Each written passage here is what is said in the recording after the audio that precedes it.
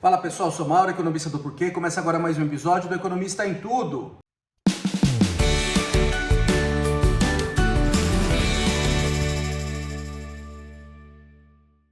Para você que está chegando por aqui, eu convido a se inscrever no nosso canal e ligar o sino para receber as notificações. Toda semana 2 vídeos novos e também dar uma olhada no nosso site www.porquê.com.br, que tem bastante conteúdo escrito lá. Hoje a gente vai falar das tarifas do Trump. Na semana passada, o presidente Trump anunciou tarifas substanciais. O que são tarifas? Tarifas são impostos sobre importações para os Estados Unidos, para diversos países do mundo, e tarifas diferentes de acordo com o país. Então ela começa com uma base ali de 10%, e aí essa tarifa cresce de acordo com o que eles chamam do grau de protecionismo desse país com relação aos Estados Unidos.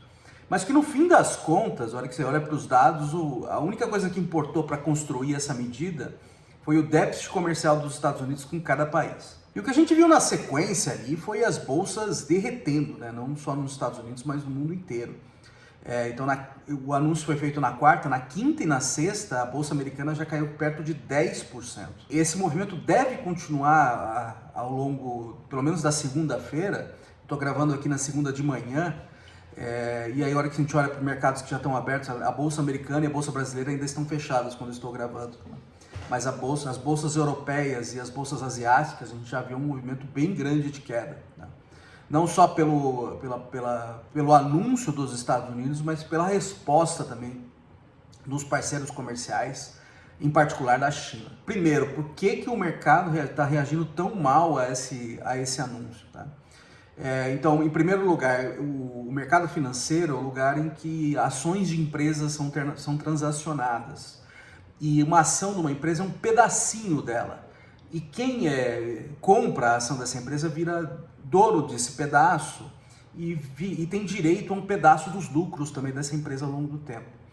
Se a perspectiva de lucro dessas empresas cai, tá, as pessoas vão querer se livrar desse papel já hoje.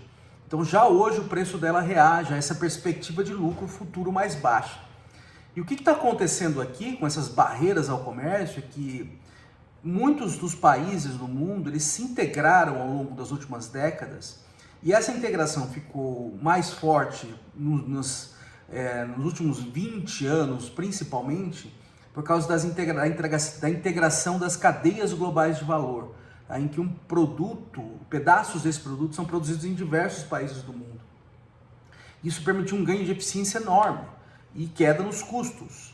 Com essas tarifas aparecendo agora, do tamanho que elas são, e com os Estados Unidos é responsável por mais ou menos 1/4 do PIB mundial, está bem integrado essas cadeias, isso está gerando um choque ali, e está gerando uma perspectiva de perda de produtividade e menos lucro para essas empresas.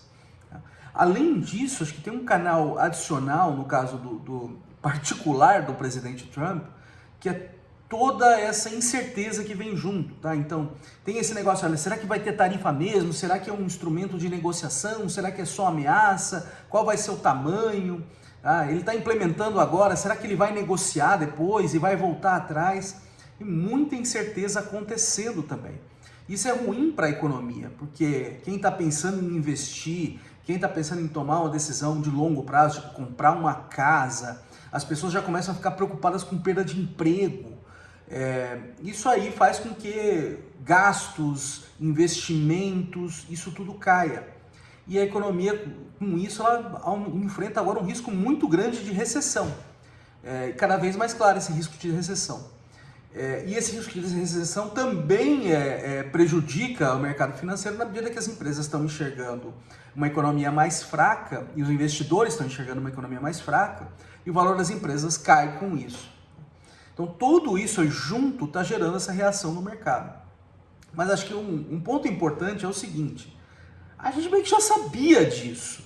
O Trump vai há muito tempo falando, quando ele assumiu, não estava claro se ia para frente mesmo essas tarifas. Aí lá para o meio de fevereiro começou a ficar mais claro, o mercado começou a cair já. Assim, por que agora resolveu cair mais ainda se já era uma coisa esperada, né? As ações deviam reagir a notícias inesperadas, mas não notícias já esperadas. O que está acontecendo aqui é o tamanho do negócio, né? É um choque enorme. E o que dá a impressão também é que é uma coisa que não é muito bem pensada. Uma coisa feita, como dizem, no instinto do presidente. Então, como é que essas tarifas foram estabelecidas? E ainda mais tem incerteza, né? Vai saber. Dizem que o Trump reage muito ao mercado financeiro, ele toma isso como um termômetro. Será que o mercado caindo desse jeito ele vai voltar atrás? Quando vai voltar atrás? Qual a magnitude desse voltar atrás vai ser? Tudo isso adiciona incerteza.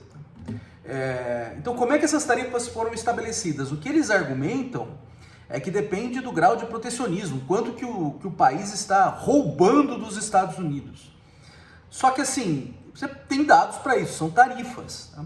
Mas aparentemente esses dados não foram usados. A única coisa que eles usaram é o déficit comercial de um país, dos Estados Unidos, com relação a esse país. Então, países com os quais os Estados Unidos têm déficit comercial mais alto, receberam uma tarifa mais alta. O que é um déficit comercial? É a diferença do que um país importa menos o que ele exporta. Então, para esses países, tem em particular vários países da Ásia aconteceu isso, tá? E alguns países muito pequenos também, foi uma coisa muito bizarra, receberam tarifas altas, são países com os quais os Estados Unidos têm um déficit comercial maior. Então, a fórmula ali para determinar a variação da tarifa é baseada aparentemente unicamente nesse indicador, que não necessariamente reflete o grau de protecionismo desse país, tá? Então, por exemplo, o Brasil é um país protecionista, mas ele tem um superávit em relação aos Estados Unidos. Os Estados Unidos têm um superávit com relação ao Brasil. O Brasil tem um déficit com relação aos Estados Unidos. Então o Brasil ficou lá nos 10%. E assim, tem outros países, países minúsculos.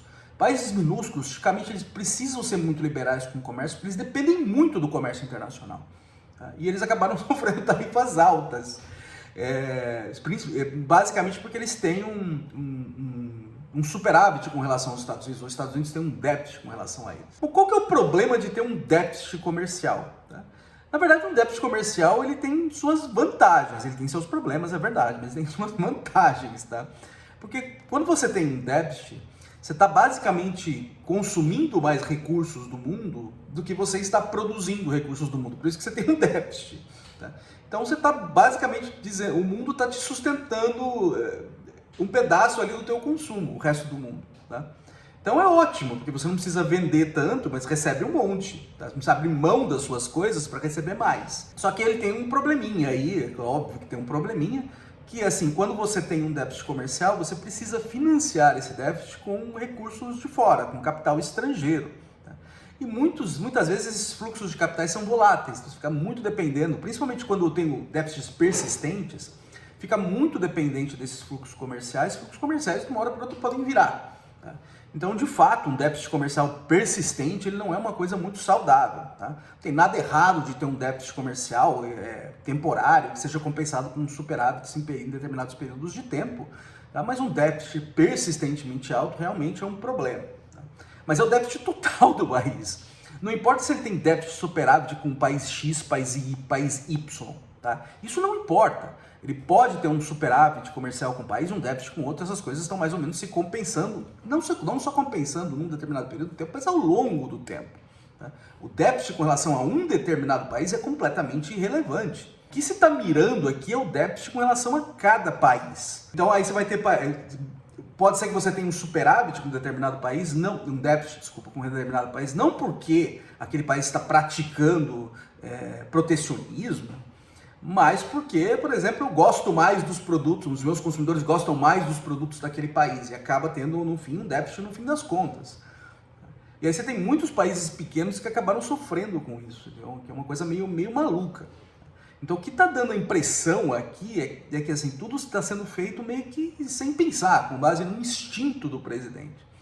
E eu acho que é aí que mora o perigo quando a gente olha, que eu acho que é o maior perigo aqui. Hoje nos Estados Unidos o poder está muito concentrado nas mãos do presidente. O Congresso basicamente lavou as mãos e faz o que o presidente manda. E aí assim, você não tem vozes de dissenso ali, né? Vozes para dizer, olha, você está fazendo errado. Ele está basicamente cercado de pessoas que falam sim. E aí o risco de erro individual ele começa a ficar mais alto, porque começa a ficar dependendo do instinto, das experiências pessoais, que muitas vezes podem estar baseadas em vieses que não tem nada a ver com a realidade. Então, para mim, acho que é o grande perigo agora para a economia americana e para a economia mundial também, porque os Estados Unidos é um pedaço enorme da economia mundial, essa concentração de poder e essas políticas erráticas que vêm ali do instinto do presidente, muito menos na deliberação, com base na opinião de pessoas diferentes, com experiências diferentes, pessoas especializadas no tema. Não, você tem basicamente um presidente cercado de pessoas que só dizem sim, que acham ele um gênio, e aí mesmo gênios tem risco de errar. E aqui sem uma voz, em vozes ali para dizer, olha, o que você está fazendo está errado, o risco de jogar a economia americana no buraco, na berlinda, e a economia mundial junto com isso é muito grande. Mas vamos acompanhando, talvez ele volte atrás, com o mercado derretendo do jeito que está derretendo, talvez ele volte atrás um pouco, vamos ver, vamos acompanhando. É isso aí, pessoal, muito obrigado por ter assistido o vídeo, a gente volta a conversar mais na semana que vem. Dê uma olhada no nosso site, tem bastante conteúdo escrito lá. O endereço é www.porquê.com.br. Também tem nas redes sociais, a gente está aqui no YouTube, no Facebook, no Instagram e no X. É isso aí, até semana que vem, um abraço!